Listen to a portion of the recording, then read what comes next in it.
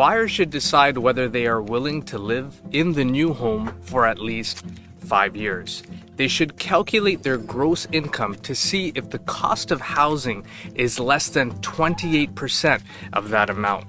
It also helps a lot if buyers can afford a 20% down payment.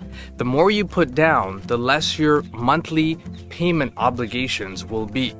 Also, you should determine your budget and decide what kind of home is best suited for your needs.